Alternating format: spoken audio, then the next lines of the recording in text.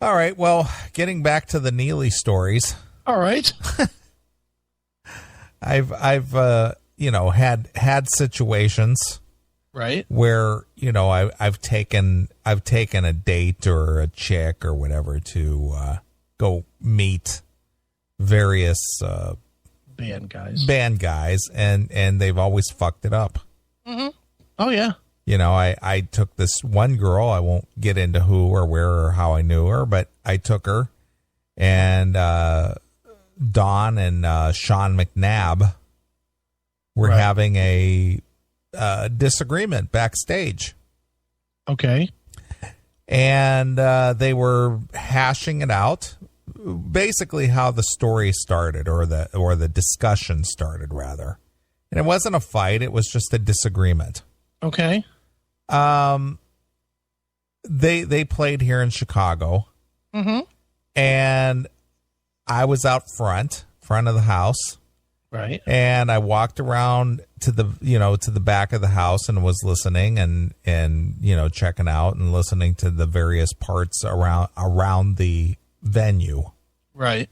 So after the show was over, we were back in the dressing room area, and John Levin asked me, how did the show sound? And I brought this girl with me, Right, sure. And I said, well, it sounded pretty good, but you were awful bass heavy. It just sounded very muddy. It sounded muddy. Mm-hmm. That's what I said. Yeah. So Don said to Sean, mm-hmm. See, I told you were too heavy in the bass. You keep turning your amp up too high. You're too heavy in the bass. I told you that. And I wasn't aware that there was any problem there to begin with. Right. I just gave my honest opinion. Uh-huh. So Don and Sean, rather, mm-hmm. started having this heavy discussion about bass techniques and things like that. Right. And this is when they were recording Broken Bones. Okay. And Don basically said, your bass lines are too just straight ahead bass lines. There's no groove to your bass. Okay.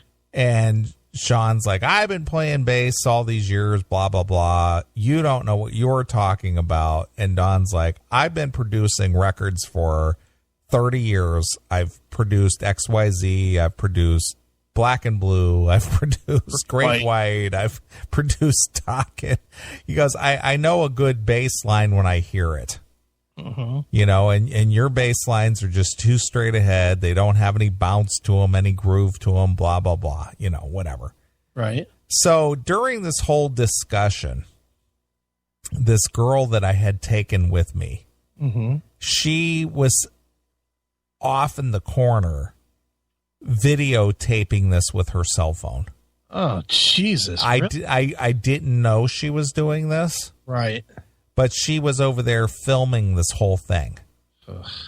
Sure that went over well. Well, so Sean turns around and sees her with her cell phone up, and he goes, are you filming this? Okay. And Don, like, she's not filming that, is she? And I said, I don't know. And he says, get that away from her. Get that camera away from her. Oh, boy. So Fingers, their tour manager, was with them at the time, and he went over there and snatched her phone away from her. Okay. So Don told me straight up, Wendell, if you cannot bring people here that can respect the space or whatever, don't bring them at all. Right. So they basically erased the video. He goes, last thing I need is this to end up on YouTube or something. Right, blabbermouth or something. Well, I knew she wasn't going to put it on YouTube or anything, but again, it was just like, what are you doing? Right. I just wanted to show you guys how stupid you guys looked arguing like that. Ugh. So, did you still give her a ride home? Needless to say, there were not kind words. Should have left her there. Yeah. So it's that kind of shit that happens that just like, you know what? I can't take anybody to go hang out because they don't know how to conduct themselves. They don't know what they don't know the protocol. They don't know how to just behave. Right. You know, I can't tell you how many times. And again, I've just refused to take a chick to a show anymore. Yeah. Believe me, when you said you were going with the person you went with to the, I don't know if you said who, but that you went to Metal Church with, I ain't gonna lie, I was surprised. Yeah, I was surprised to hear it, especially after NAMM. Yeah. Hail and Kill, caller, you're on the air. Hail and Kill, this is Mars. Hey, what's up, Mars? Not too much. I was just listening to your conversation and stuff about people. And I recently had a guy that started talking to me on Facebook. He messaged me. I guess he was somebody I friended. And he was like, oh, I'm so glad you took me as a friend. And I'm, just real gushy. And so I went to his Facebook to see what he looked like. And he was a cross between Stephen King and Fabio. So Stephen King and Fabio. Okay. Yeah, he had like Fabio hair, but his face he looked like Stephen King. Okay. Yeah, really kind of creepy. So anyway, he put up all these pictures of different guys he thought he looked like. And it's just strange. And then so we were talking a little bit, and he was just really super gushy. And after a while, he's like, oh, we like the same kind of things, and like, just, I think I'm crushing on you and stuff. And I thought, wow, this is, it's just like you're just too nerdy and weird for me, So I haven't talked to him for a couple of days, but I saw one of his posts today. Somebody had kind of ragged on him because he said he discovered Pink Floyd again. He was listening to Pink Floyd, and somebody told him, oh, I hate Pink Floyd, and so he got all offended. And I thought, why would you get offended because somebody doesn't like something that you like? But he's just real needy. Okay. So it's like, ugh, that's Minnesota guys, though. Right. I find a lot of them like that. Mars, I don't mean to, be offensive in any way, but is there a point to the story at all? No, I was just, we're talking about people and how they're just kind of weird and stuff, and that's just what I was saying. Yeah, people are weird. Being that you've been backstage many, many times, I'm sure you've seen people cannot figure out how to conduct themselves when they're around people with fame or notoriety. Yeah, they get obnoxious. I've seen fights break out. I had two of my girlfriends. We were backstage at Metallica, and one of them picked a fight with James Hetfield. He called her Tiffany, in kind of this real evil voice. And then they started fighting, and I literally had to pull her out of the room because I thought he was going to beat her up. And it was getting really scary. I'm just like, no, come on, we're going to go. And she wanted to fight him. And I was like, no, we're going to go. And had to pull her out. It was just like, he's like, get the bitch out of here and stuff like that. And I was just like, wow. And it just came out of nowhere. I mean, it was just sitting around, and then all of a sudden it just changed. And you just get these things that happen, and alcohol was involved, I'm sure, and but it gets scary sometimes, because you're back there and you just want to have a good time, and it just takes one person to kind of wreck it. It is what it is sometimes. Okay, Mars. I know. Right. Thanks so much for calling. Yeah, we'll talk to you later. Bye. Talk to you later. Bye. All right. Our callers. Right on point. For some conversation that apparently we're having. Sure. The only ones don't know are me and you. Right.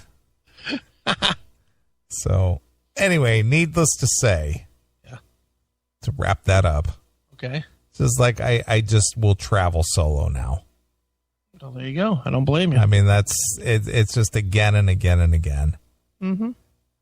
It just can't. People just can't contain themselves. Yeah. You got to really know the person to take them with you. Right. You know, if you don't really know the person, then forget it. Sure. I agree. I mean, in the last 4 years, I've taken one person one time, I think, to backstage. I took Steffi to meet Miles. But that was only because I knew Miles and I knew Steph, and there was a story behind it. Sure. But, you know, if it was just somebody I was actually just like starting to date or whatever, fuck no. Yeah. No chance. Yep. I just can't, you know, as much as you want to enjoy the moment in the situation, it just doesn't turn out that way. No, it really doesn't. And the hardest part is guys like you or I, and especially me more than you, because you still get some sort of a charge out of it. You know, but we've done it a million times. So it's not overly exciting to go backstage and meet whoever, Tesla, Queensryche, Dokken, whoever. You know, I mean, it's just, hey, what's up? How you been? You know? Yeah, more or less. You know, it's not like, hey, man. It's not a party. No, it's just It's not a party. Not at all. We've all been doing business together for a lot of years. Yeah, it's not the woo rock and roll woo. Yeah, the only time in the last 20 years or 15 years I could think of where that happened was Wisconsin. Wisconsin was fun. That was fun, but still, that wasn't a big party either. No, it wasn't a big party, but it was fun because it was more a very, very social thing. Yeah, and that's why it was fun, because it wasn't like we were visiting. It was we were part of the backstage. Yeah. We hung out with, obviously, Doc, and we hung out with the guys from Rat. We hung out with Jackal. Yeah. You know, it was just fun. Everybody was just having a very fun time. Yeah, that one was fun. And Jesus, dude, thinking about it before that, I mean, you know this, dude. How many times have you seen me give away my passes? Because I don't even want to go backstage. Right. Yeah, I'm trying to think. I think the most fun I've had really ever before that was maybe getting on Limp Bizkit's bus and throwing lunch meat at naked chicks. You know, but that was just truly fun. Sure. Us being fucking ridiculous. Right. You know, other than that, I don't think I can ever think of a really fun time backstage. Do you have I mean, you do obviously with Dokken, but outside of Dokken, have you ever really had this great fun time? No, it's just a hang, and it's just chit chat a little bit and whatever. But with the Dokken guys, it's because I've known them for so long. We're just like buds. We just hang out and talk about everything. Yeah. You know, it's not specific. Hey, remember on that record when you guys did, it's not that. It's just like, what's going on with you? How's the job? How's this? How's that? What's going on? Yeah. I had fun. I take this back. I did have fun with Jeff Tate when we picked him up, and you weren't at this, but when I picked him up at the airport. Right. This is when he wasn't talking to the other Queensryche guys. Right. But Queensryche was playing, and no, it was a Queensryche gig. Yeah, I know, but isn't that the one where he admitted that they don't speak except between lawyers? Yeah, same time frame. But we picked up Jeff and we drove him to the studio, and he pulled tunes and played tunes with us for a couple of hours. And then we drove him down to Akron to the hotel, and then we hung out in the hotel for hours. You know, just hanging out, and it was a big party and no insania. We were just drinking beer, but it was a big party till 5 a.m. or something. And that was pretty fun. I did have a good time hanging with Tate and his crew. But, dude, those are few and far between. I had fun a couple of times with the Pantera boys, but that was always before the shows. We always had fun with those guys getting fucked up before shows. But really after, I mean, I've had a few. Had a barbecue once with Devil Driver. Sure. Fun. I remember when that happened. That was pretty fun. Everybody was too trashed to fucking cook. And fucking Dez shows up with a full fucking chicken. He just throws the whole thing on the grill. Just like an idiot. He didn't know what he was doing. He's all fucked up. That was kind of funny. Sure. But, I mean, I've had some fun times, but overall, especially after shows. Before show, it's a lot more fun because the bands have a lot more juice. Sure. After the show, they're tired, and they're truthfully, they don't want to do it. They don't want to play for 2 hours and then fucking have to take a shower and come out here and fucking take a bunch of pictures with people. Yeah, and not only that, but they're probably going back to the hotel to wrap things up so they can catch a 4 a.m. flight to the next gig. Right, or get on the bus and drive to wherever 10 hours away. So it's really not that. I don't think it's that much fun ever. I mean, if you know the guys, then it can be fun. But if you're just hanging after just to get your picture or whatever, I'll pass. Sure.